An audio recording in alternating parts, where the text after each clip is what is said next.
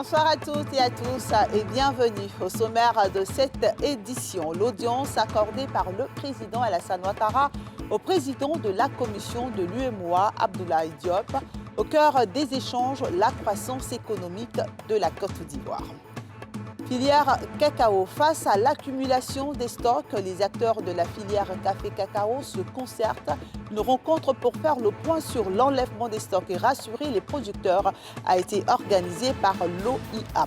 Et puis, nous irons sur cette plateforme pétrolière pour assister au test de son dispositif de prévention des sinistres. Elle a activé son plan d'opération interne pour jauger la capacité de réaction de ses équipes. Vous le verrez.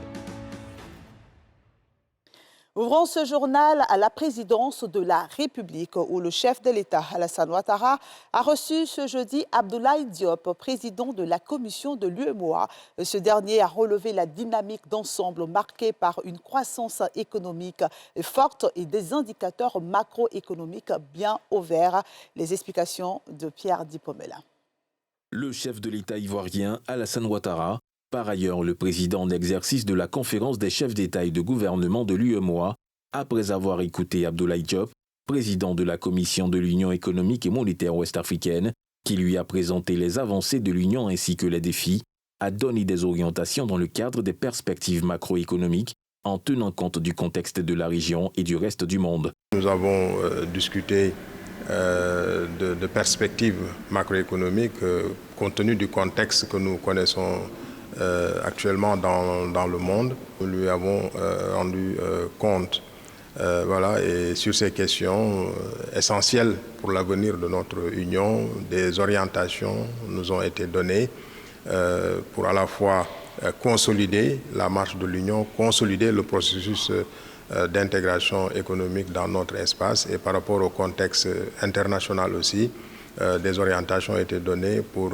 assurer un meilleur suivi de tout cela. Le président de la commission de l'UEMOA a profité de l'occasion pour saluer les performances économiques solides de la Côte d'Ivoire, marquées par beaucoup d'innovations financières et une dynamique de mobilisation des ressources à la fois internes et externes ces dernières années, ce qui a permis de soulager le marché financier sous-régional. Et parlons maintenant de cet engagement solennel au service de la justice. Au terme de leur parcours théorique à l'Institut national de formation judiciaire, 79 futurs magistrats ont prêté serment ce jeudi au palais de justice d'Abidjan. Une étape décisive avant leur entrée en stage pratique marquée par un appel à la probité et au sens de la responsabilité. Les explications de Salifi Alekwe et de Joseph Sikre. Grande salle de la cour d'appel d'Abidjan Plateau ce jeudi. Ces auditeurs, au nombre de 79, au terme de leur formation initiale, prêtent serment avant d'entamer leur stage pratique dans les juridictions du pays. Une cérémonie solennelle devant plusieurs acteurs du monde judiciaire, de parents et amis, témoins de ces instants. Une occasion pour le président de la Cour de leur prodiguer de précieux conseils pour la suite de leur carrière. Le serment d'auditeur de justice que vous venez de prêter en jurant de garder le secret professionnel et de vous conduire en tout comme un digne et loyal auditeur de justice vous confère désormais l'onction qui vous qualifie à juste titre pour pénétrer au cœur et dans les méandres des juridictions sur toute l'étendue du territoire national. La Cour vous exhorte avec insistance à être des acteurs très actifs et privilégiés de votre formation pratique, en travaillant sur vos points faibles pour approfondir vos connaissances juridiques dans certains domaines. Une lourde responsabilité dont il mesure l'ampleur. Comme le serment le dit, il faut en tout être un digne et loyal auditeur de justice. Et il faut dire qu'à partir d'aujourd'hui, c'est un devoir solennel qui nous appelle, mais c'est en même temps un appel à l'engagement, un appel à la solennité, mais surtout un appel au respect des valeurs républicaines. Le premier responsable de l'Institut national de formation judiciaire se félicite pour ce parcours de ses futurs professionnels de la justice. C'est une grande première dans toute l'histoire de la Côte d'Ivoire. Depuis que la magistrature ivoirienne existe, c'est le premier contingent, si je peux ainsi m'exprimer, des magistrats au nombre de 79. C'est une fierté pour moi, c'est une fierté pour l'Institut national de formation judiciaire. On attend beaucoup d'eux. On attend d'abord qu'ils se forment davantage à la pratique de la profession. Ces futurs magistrats suivront un stage pratique de 12 mois avant d'être officiellement intégrés dans la magistrature. Créé en 2005, l'Institut national de formation judiciaire est un établissement public national de formation professionnelle comprenant les écoles de magistrature, de greffe, du personnel pénitentiaire et du personnel de la protection judiciaire de l'enfance et de la jeunesse. Accélérer le développement du projet pétrolier Baleine, c'est l'objectif de Petroci Holding. Dans ce cadre, la Société nationale pétrolière a procédé ce jeudi à une levée de fonds avec un objectif de 200 milliards de francs CFA. Une opération menée avec l'appui d'institutions bancaires et de partenaires financiers destinée à soutenir la poursuite des phases 2 et 3 du projet Baleine, l'un des plus ambitieux du secteur énergétique ivoirien. Le reportage de Moussa Nikema et de Cheikh Bleu.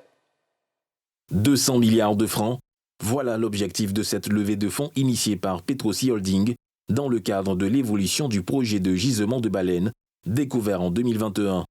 Ces fonds, selon la directrice de l'institution, permettront la réalisation des phases 2 et 3 de ce projet majeur. Cette levée de fonds s'inscrit dans le prolongement du projet Baleine pour le financement de la phase 2 et une partie de la phase 3. C'est une étape majeure pour la réalisation du projet Baleine, qui est une découverte de taille très importante et qui va permettre aussi le développement du secteur pétrolier en Côte d'Ivoire.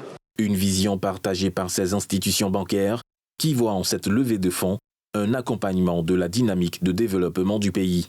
Oui, c'est un grand honneur pour nous, avec l'ensemble des prêteurs, de participer à cette levée de fonds au plan local pour accompagner justement la Petroci, qui est un fleuron national dans le cadre justement des investissements dans le projet Baleine. C'est un pan important de l'économie qui se développe, à savoir l'énergie. Et donc nous ne pouvons pas être justement absents. Découvert en septembre 2021 par la compagnie italienne Eni et la Petroci au large de la Côte d'Ivoire, le gisement Baleine est la plus importante découverte d'hydrocarbures du pays. Ce gisement comprend des réserves estimées à 2,5 milliards de barils de pétrole et 3300 milliards de pieds cubes de gaz.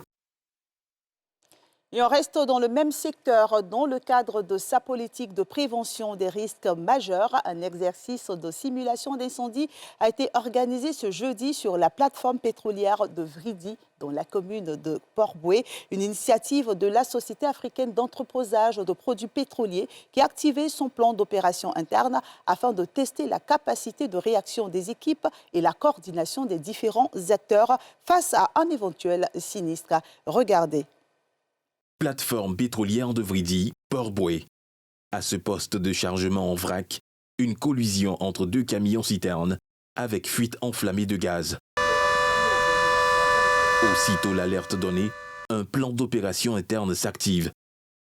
Se déportent alors sur le théâtre les hommes de la SAEPP, Société africaine d'entreposage de produits pétroliers, avec l'appui des soldats du feu du JSPM, groupement des sapeurs-pompiers militaires, lesquels, lance-eau mobilisés, affrontent le sinistre. En retrait, ces autres acteurs du dispositif coordonnent les opérations de neutralisation du sinistre et de secours de victimes dénombrées. Contrairement aux rumeurs distillées sur les réseaux sociaux, vite démenties par communiqué de presse officiel de l'opérateur de droit ivoirien. À ce stade, leur pronostic vital n'est pas engagé et bénéficient de tous les soins nécessaires. La SAEPP appelle la population au calme et à se référer exclusivement aux sources officielles pour toute information relative à cet incident. Sur les lieux, quel sort pour les victimes secourues? La première, informe le poste de commandement, est référée au Grand Brûlé et le second à la Pisame, respectivement à bord de véhicules de secours d'urgence et d'ambulances de réanimation du JSPM projetées sur le lieu de l'incident. Nous sommes là sur le théâtre opérationnel de l'exercice de simulation de sinistre de la SAEPP, qui entend ainsi tester et bonifier son dispositif de prévention et de réaction face à tout incident sur la plateforme GPL, gaz et pétrole liquéfié. À terme, des parties prenantes satisfaites, mais engagées à parfaire le plan d'opération interne pour parer à toute éventualité. L'exercice s'est bien déroulé. On a vu une grande maîtrise du sinistre. Et étant voisin de SAEPP, on peut dire qu'on est confiant parce qu'à côté de nous, on a des ressources qui pourront également nous aider au cas où on est dans le besoin. Nous avons fait énormément d'investissements dans la défense contre incendie. C'est chiffré aujourd'hui au-delà du milliard. Et tout ça, c'est pour dire que nous sommes soucieux de la sécurité de nos équipes, du matériel et de l'environnement de nos voisins. Il y a eu tout de suite des critiques. Ce n'est pas tombé dans l'oreille de sourd. On prendra compte de ces critiques-là pour essayer donc de continuer de nous améliorer. Opérateur de la plateforme pétrolière de Vridi, la SAEPP a été constituée officiellement en 2014 avec pour actionnaires Pétro-Ivoire, Total Énergie et Géogaz. Des acteurs de la filière ivoirienne du gaz et pétrole liquéfié.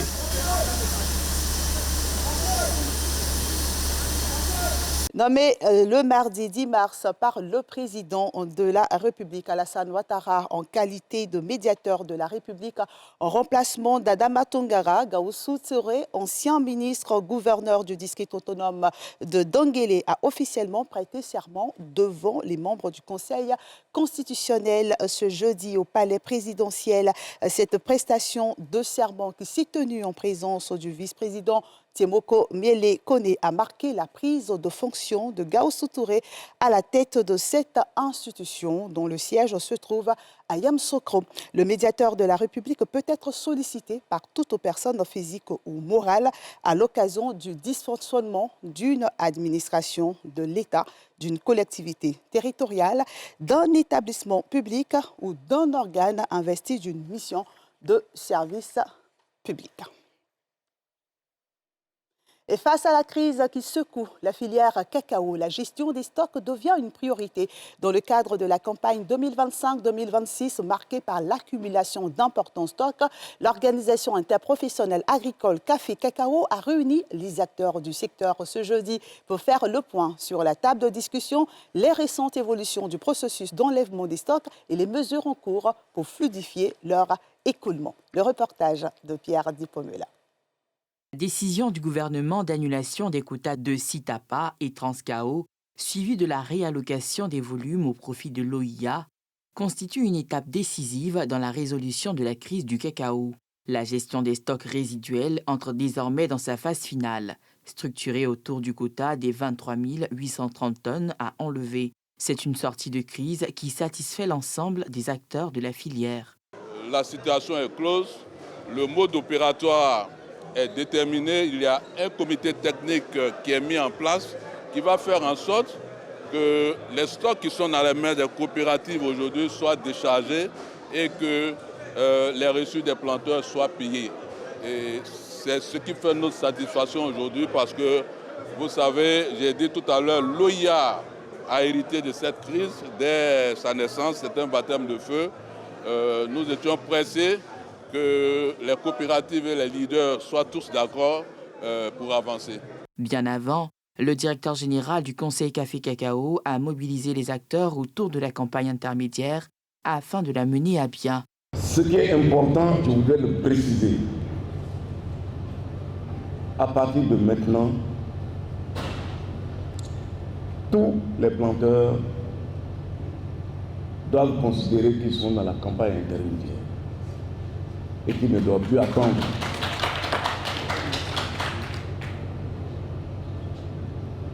Nous allons attendre, vous connaissez quels sont les exigences du cacao. Quand le cacao va attendre trop dans vos magasins, quand vous allez l'amener au niveau des exportateurs, ça sera du cacao difficile à acheter.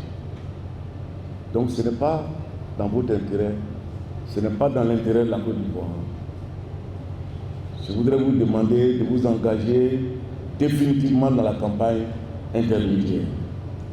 Pour ce qui est de la campagne intermédiaire, l'OIA a salué l'effort consenti par le président de la République qui a mobilisé des ressources importantes issues du fonds de réserve, soit 231 milliards, afin de porter le prix Borchamp à 1200 francs CFA le kilogramme au lieu de 900 francs CFA, correspondant aux 60% du prix CAF, en soutien aux producteurs de cacao.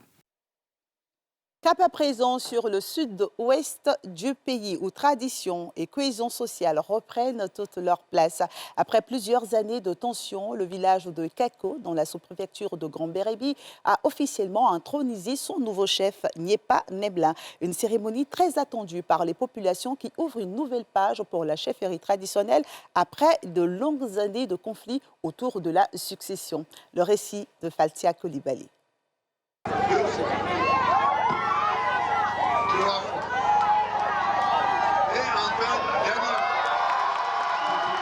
Chef traditionnel, guide religieux, membre du corps préfectoral, élus et cadres de la région, entre autres, ont pris part à la cérémonie d'intronisation de Nyepa Neblin, nouveau chef du village de Kako, dans la sous-préfecture de Grand-Bérébi.